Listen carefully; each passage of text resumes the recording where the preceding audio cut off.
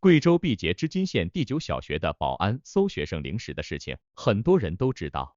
这件事第2天就被当地教育科技局关注到了，并对校方做出了严肃处理。所谓严肃处理，体制内的人懂的都懂。什么是严肃处理？这不过是个说法，把人请过来，如果是老朋友就叙叙旧，拉拉家常；如果第一次见面就板着脸说几句官话，然后是拍拍肩膀，语重心长交代几句，最后出个什么文件。说白了，这不过走走过场。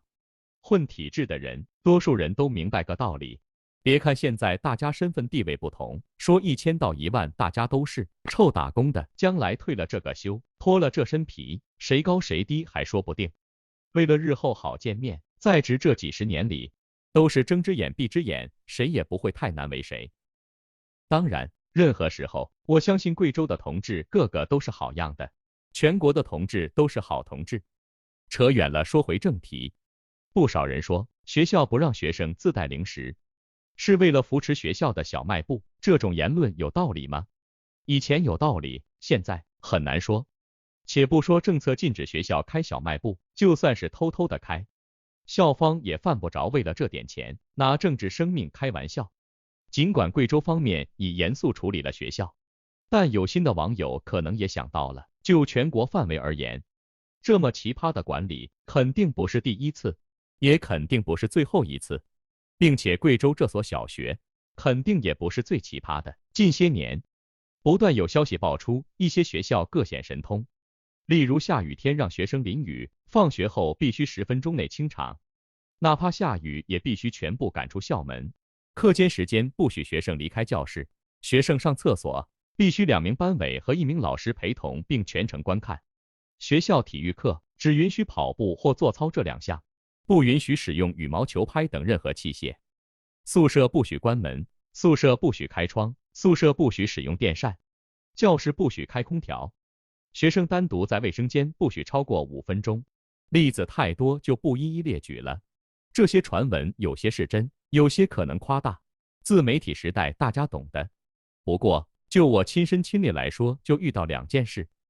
第一件，2015年，某中学下午2点时左右下雨了。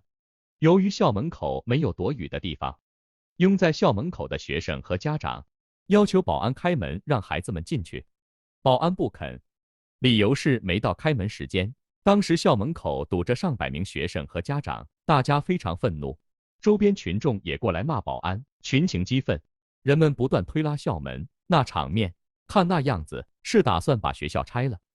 保安威胁说要报警要赔偿，大家才罢手。但人们站在雨中，一边护着孩子，一边破口大骂。这样的场面，可能那位保安经历过不少，麻木了，一脸不屑。第二件事，2018年某私立学校，学校有规定，放学后不许学生在校门口300米范围内逗留，并安排老师巡视。这天也是下雨天，离家近的学生陆续都回家去了，但还有少数几名学生住得远，需要家长来接。由于学校放学时间和家长下班时间不重叠，一般来说家长都会晚到，再加上这天是下雨天，全市各处道路积水严重，家长会比平时更晚一些。300米外是主干道，人来人往，车水马龙，站没地方站，躲雨也没地方躲雨，一些带了伞的学生挤在一起互相说笑。但其中有1名学生没带伞，看起来也不太合群，他拿书包顶在头上，他不想靠近其他同学，这就更没立足之地了。他几次想回到校门口躲雨，都被保安赶走了。不得已，他只能跑到远处蹲在树底下等家长。不久就全身湿透了。雨天避雷的常识大家都懂，树容易引雷，因此雨天是不能靠近树木的。但那名学生没办法，只能蹲在树下。巡视的老师看在眼里，疼在心里，可心疼归心疼，学校有学校的规定，拿这份工资只能照章办事。后来老师回办公室拿了把雨伞出来，走过去把那名学生护在自己怀里，2人就这么站在雨中，一起等家长。我来解释一下这2件事，这2件事我都找学校了解过，所以我还是有发言权的。第一件事，为什么下雨天保安不开校门？我来解释下，由于没到上班时间，老师们还没来上班，校内也没有值班领导。如果放学生进校园，教室的门没开，孩子们四处上蹿下跳，追逐打闹，万一出事，比如摔了碰了，或者淋雨感冒了，学校要担责。第二件事，为什么放学后不许学生在校门周边300米范围内逗留？原因是，如果学生在校门周边300米范围内购物，比如买香烟或者其他违禁品，校方要担责。学校管不了周边的经营户，只能把学生赶得远远的。只要超过300米范围，别说买烟，就是买炸弹，也跟学校扯不上关系。有人说，学校这样做不是推责吗？是的，这就是推责。可为什么推责呢？我查阅了全国各地的中小学人身伤害事故与预防条例，虽然规定的很具体，但基本上都有个属地责任原则，就是不管这件事因为什么发生的，只要发生在你的属地，就由你担责。这就不难理解为什么贵州毕节织金县第9小学要搜查学生的零食了。不单贵州，全国许多地方、许多学校都不许学生走私食品。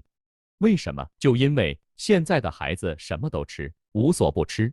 不法商家为了迎合青少年群体的味蕾，为了挣钱什么都敢做，这就产生了食品安全的隐患。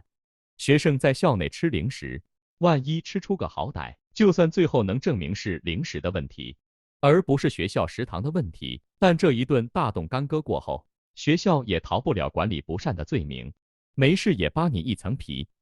体制内的人懂得都懂，有个词叫如履薄冰，不是你把工作做好，把上司捧好，就注定能上去的。